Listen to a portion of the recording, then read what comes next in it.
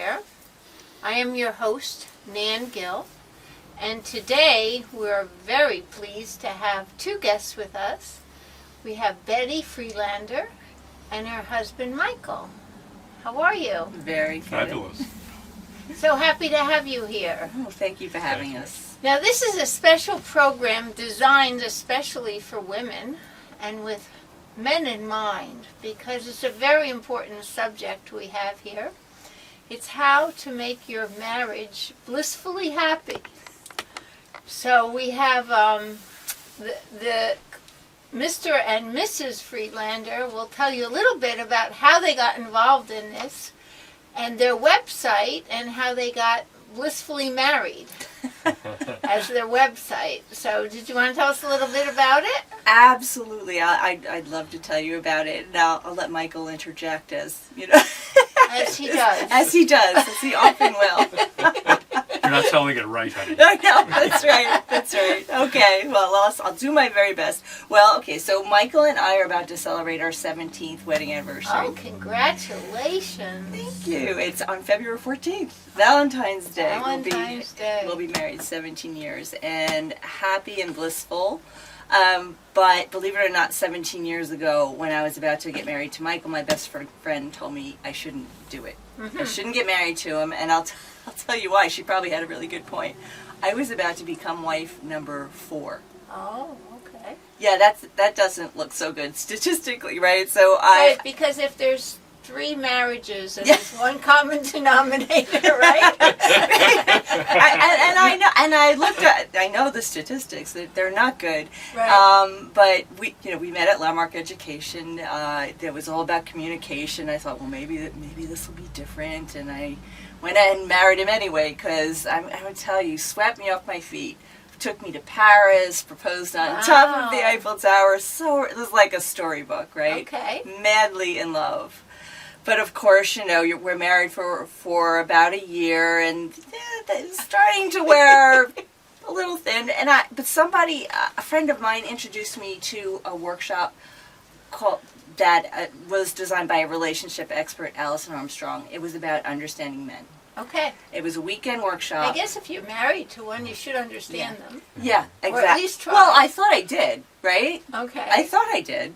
But I thought, well, what do I have to lose? Because, Right. I actually thought, I have no idea how I'm going to have this get better over time or keep it going. How am I going to have this go any differently? Were there any cracks forming?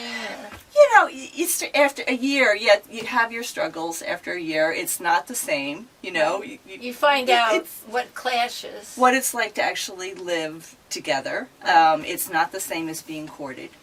So anyway, I did this workshop and completely altered. Like Michael saw it right away, the difference. I learned things. I had no idea, right? So What was the name of the workshop again? the name of the workshop at the time was called Celebrating Men, Satisfying Women. Okay. It was delivered by PAX Programs. It was based in California. But I did it in New York City. Okay. Were they focusing mostly on women or men? It was for women. Okay. It was a workshop designed by women, for women, and they had been studying men, asking them questions about, how they, and I really discovered things I had no idea about. But anyway, long story short is that we had been working with Allison ever since. We worked for Allison. We trained with her for years to lead her programs. So we led live workshops for women. Right. And Allison said, okay, workshop leaders, if you want to take this work and, pick a market and go teach, then please go do that. I give you a license. I give you permission to go do that. And we're one of the crazy people that decided to do that because honestly, for the last 30 years, I've been a graphic designer. And Michael and I have been working together in our graphic design business. But I thought I would really like to transition. So we're creating our own program using what we've learned and everything we've learned over the years, not just Allison's work. And our program is called Everyday Bliss, A Married Woman's Pathway to More Love, Joy, and Satisfaction. And it's going to be a 6-week program that we deliver online and on calls. So And- it's online, so you don't have to actually travel. Wherever you are, you can take it. And what's your website? Our website is blissfullymarried.com. Okay, well that's encouraging. So how did it change your relationship? I mean, what did you learn when you took this? Well, Michael, do you want to interject here? Because I feel like I've been doing all the talking. I would be happy to, I can tell you where how it changed for me, but... Well, the biggest thing for me is I didn't feel as though I was broken. Ah, I don't want to say too much about my former three wives, right.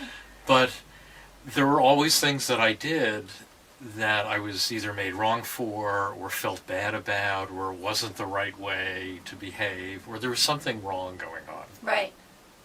And after Betty took the workshop, what I realized was, oh, I'm behaving like a man, but I was being judged from a woman's point of view. Okay. And so we always... Viva la différence. Exactly. And it's natural because you only have what's inside of here to judge the world. Right. And if you judge it from only your own perspective, then you make certain conclusions about how the world should work. Right. And with the gender differences, we have learned with Allison Right. about instinctual differences. And I behave differently from Betty in Well, similar situations. And okay. Betty didn't make me wrong about it. Right. Yeah. So if you realize that, then I guess you can more or less see how she's going to react, know how you're going to react, and if it's a mutual thing, then you could say, okay, so this is how you're reacting, I'm reacting, what do we want to do? Is that basically how it goes? Well, it's kind of like that, but it's really more like, it's not a problem Michael acting the way he's acting. The problem is that I can't get what I need because he's behaving the way he's behaving. Okay. And I think that's what, actually the reason most women will want to get a divorce is because they just give up on getting what they need. Uh-huh. And they figure he just doesn't care, he doesn't want to give me that.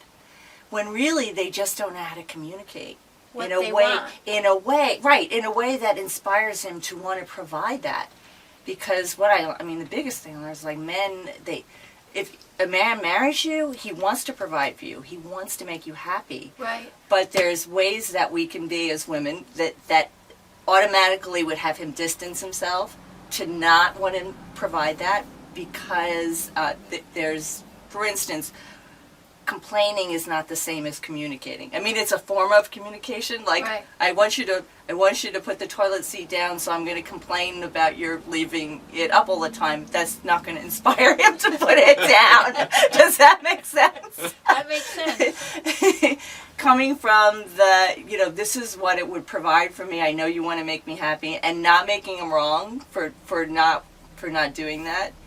Having him take the trash out because of what it would provide for me. So how do you communicate? Okay, give us an example. You want him to take the trash out. How would Okay. you ask him to do that? Okay.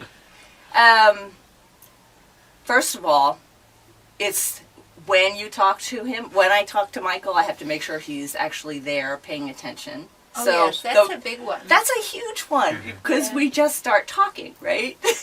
And we assume he's going to stop what he's doing and listen because we can transition as Yeah. women. We're multitasking and We do. We have to. That's one of our actual qualities because we have to deal with children. So Yes. we have to.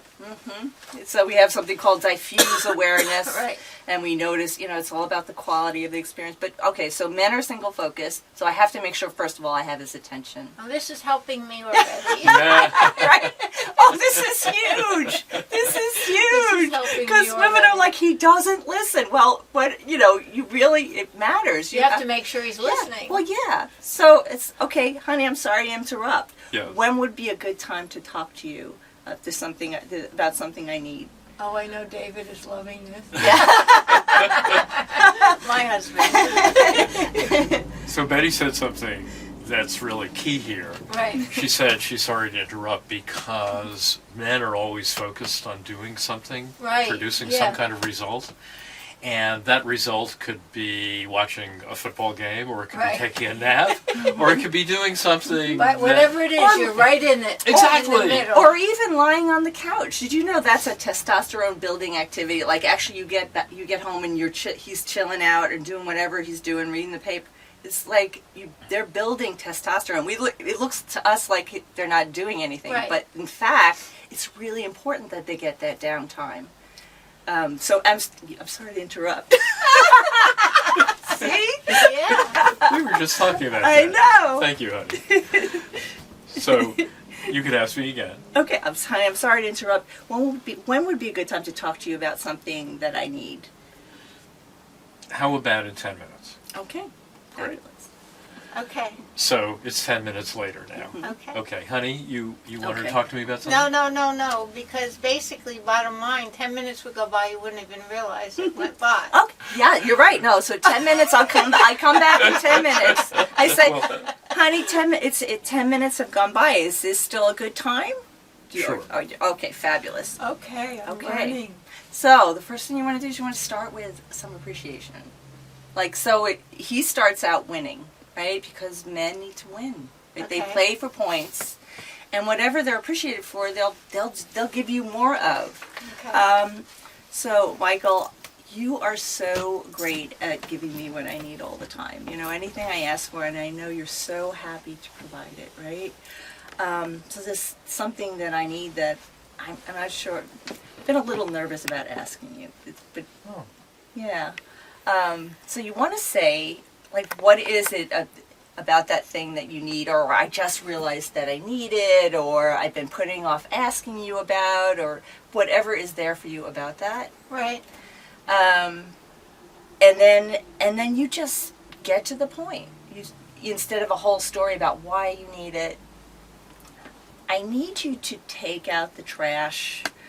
I need you to take out the trash on a regular basis. Like put it out in the garage every night. Let's just say I'm making it up. Right. So okay, so that's the request. I Right. need you, and then I say that's to the point.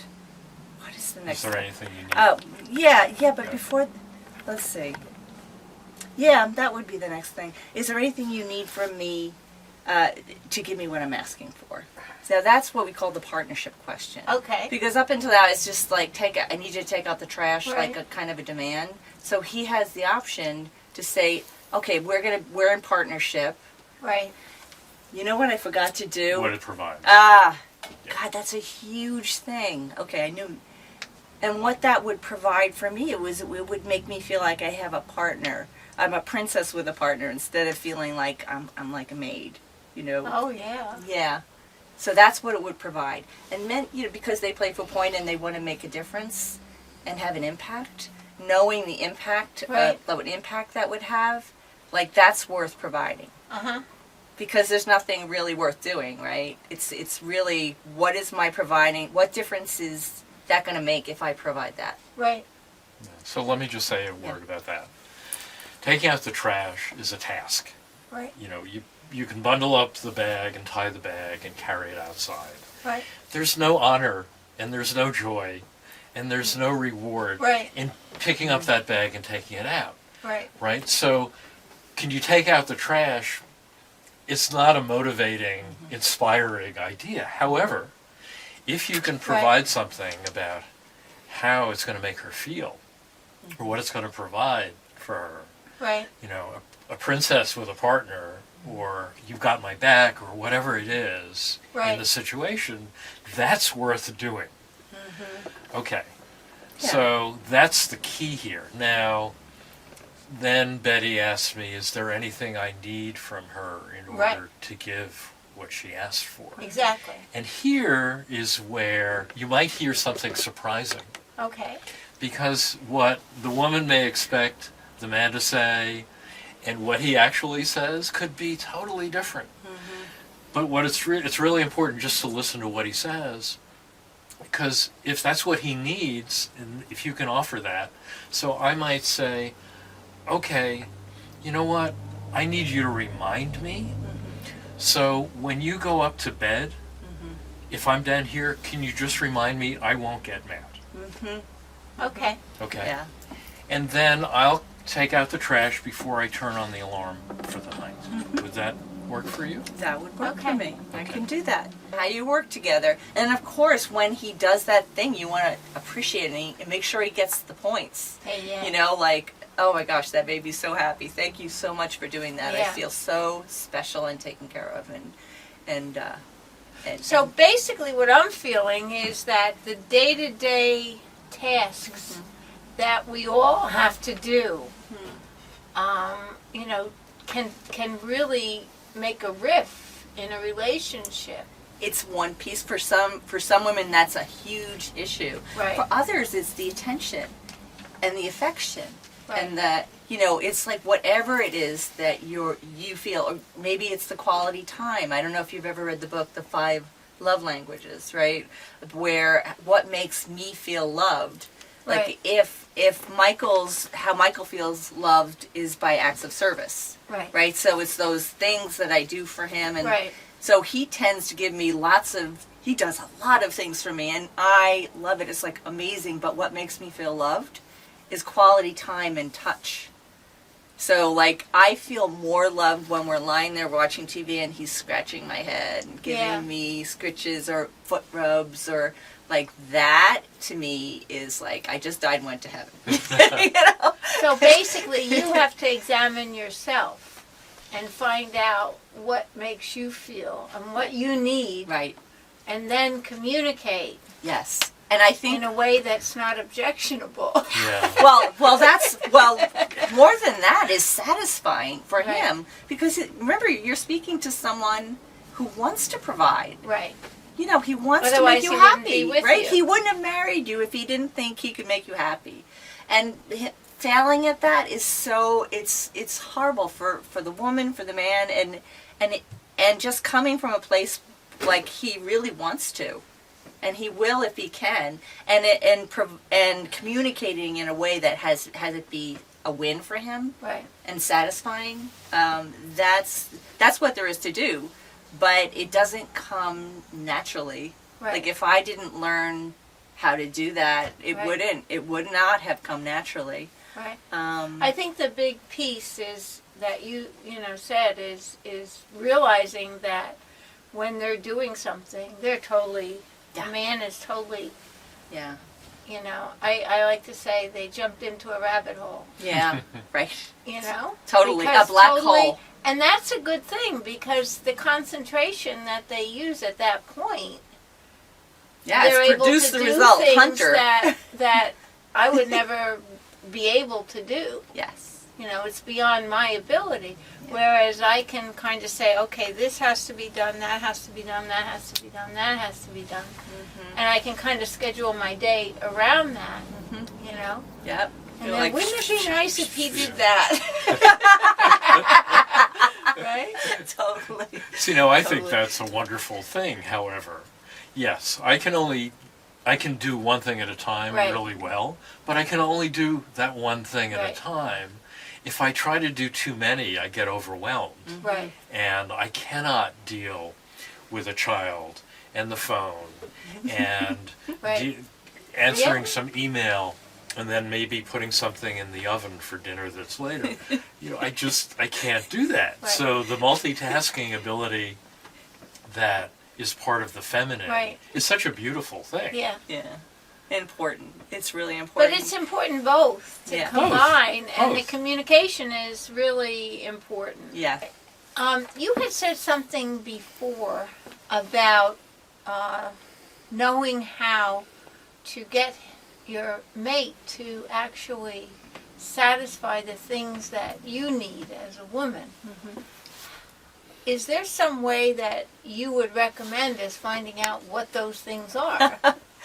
That's a great question, because I think one of the things we struggle with as women, because in our design, we're designed to be self-sacrificing. Right. There's a part of us, when I talk about femininity and the feminine, there's 3 aspects that we talk about, 3 archetypes: the temptress, the mother, and the queen. right? So the temptress is the playful, sensual, sexual side of being feminine. Uh-huh. The mother is the nurturing, unconditional love. Right. The mother puts other people's needs ahead of our own. Exactly. Which, the people who tend to default to the mother, they will really struggle. What do you mean? What do I need? Because their focus is on other people. What do Exactly. they need?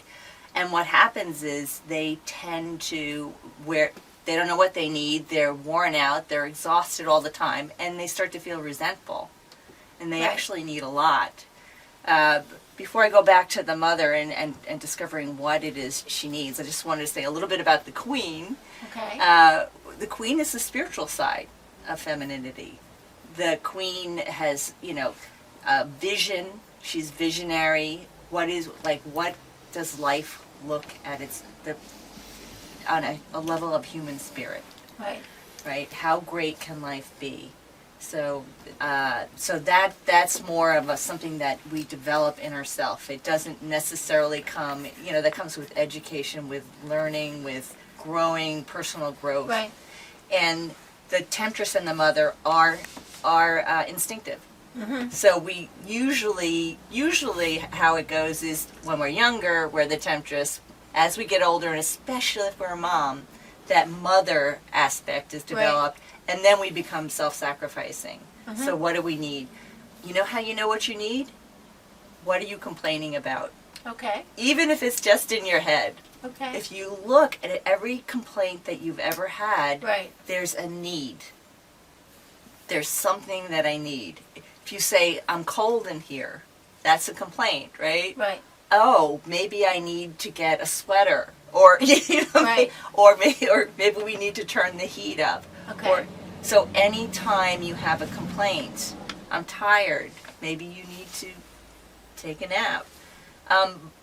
It's kind of flipping it. Right. Instead of when you hear yourself complaining or you have a thought in your head about something you're complaining about, instead of letting those words out, say, oh, what do I need? What do I need that if I had that? You're mad at him, he just did something. Oh, I need an apology. Oh, Right. he hurt my feelings. Okay. You hurt my feelings. Or if you're in the kitchen and he's sitting on the couch doing, just what you say, working on his testosterone. He's working on his he's working it. That's never- not always. It's funny. I now- learned that from John Gray, which is so fascinating. It's like, oh, he's not just lying on the couch, being a lazy bum. There's actually a purpose to it, and he needs Well, now and I he won't needs be, that. I won't be resentful at all. You just say, okay, baby, do the couch bit. Well, to a certain extent, right? I don't know. Michael would have to speak to that one. Right. So so basically, if you're in the kitchen and you're busting your chops and you're doing this and you're doing that and you're starting to feel resentful, then you say, well, what do I need? And maybe you need him to help you with the dishes. Yes. Mm-hmm. So then the words would be, Michael, there's something I need. Could you help me? Yeah. And believe it or not, they're very responsive. When you say, you actually use the word I need Yeah, and help. and help, Yeah. they're like, what, need? Here I am, Okay. like superhero to the rescue. But instead, a lot of women will say, could you do this? Right. It's like, no. I don't want to. I need this. Would you help me? And I think So because not it being makes... afraid of asking for help. Well, yeah, but it's vulnerable. And we've not been taught that, with the feminist movement. Thank you, I can do it myself, is where we come from. So the idea that we actually need something or asking for help is almost like a sign of weakness for many women. For many women. But learning to include those words in your vocabulary is just going to make you so much more effective. Right. Now, what about the temptress part? Maybe we should kind of talk about that a little bit. Yeah. So the temptress, again, the playful, fun, sexual side, men need that. They need us to be fun, and it's about being in your body, about being present Right. in the moment. And if you think about sensuality, even if you're just eating something and you're experiencing it Right. through your senses, and that just comes with being present. Right. you know? Instead of worrying about this or about that or what I have to do or how much I have to get done before 4 o'clock. You can't be multitasking. Right. You have to be totally present. Yes. Yeah. Yeah. Yes. It's one of the keys, right, to Right. being the sensual, sexual, and just being. It's like a ray of sunshine. Right. And what it does for your husband is it, makes him feel attractive and alive, and it gives that, that Right. energy. Now, I've heard a lot about people saying that you have to plan some time away just to be together. Is that one of the things that you recommend? Or? Well, that's a really great question. It can, and if you're not liking each other, all the time away in the world isn't going to help. You Right. know what I'm saying? Because there's things that you need to work on that have nothing to do with going on a date or spending time together. It's the quality of the time Right. that you spend together. So it's really getting, and if you're not getting, And if you're angry, if you're angry, it's not going to help. you can go away. It will be awful, right? So I would think the most important thing when you're married. It's more important to like each other. I mean, even than love. I mean, start with really liking who he is, admiring who he Respect, is, I think. respect, Yeah. critical. I mean, men need that like they need air. I would, Michael, do you want to say more about that? Because that's a big one. Yeah. Yeah, respect is really important, and not to be made fun of, especially in front of anybody else, because that's a real cut. But being nice to each other is so important. Anyone that has a question about how to make your life and your married life more blissful, you can give them a call. What's your phone? What is our phone number? You know what? Go to the website. Go to the website. You send us an email, and we will be happy to, because it'll have a contact us on the website. Okay. And we'll be Anybody happy that to. wants to find out more about being blissfully happy should go to their website, which is, blissfullymarried.com. and there's a contact form there that Yeah. they can just fill out and find out how to make your life exciting Yeah. and very blissful and happy and joyful. And what are the other adverbs? Adjectives. Let's see. Loving and adored and Yeah. Cherished. cherished. See, all this is Put on a pedestal. waiting for you. Yes. And this is Nan Gill at Empowering Women Everywhere TV, and we hope that you've gotten something exciting and learned something very interesting from this program, and we look forward to seeing you soon. Oh. Thank you. Thank you. Thank you, Nan.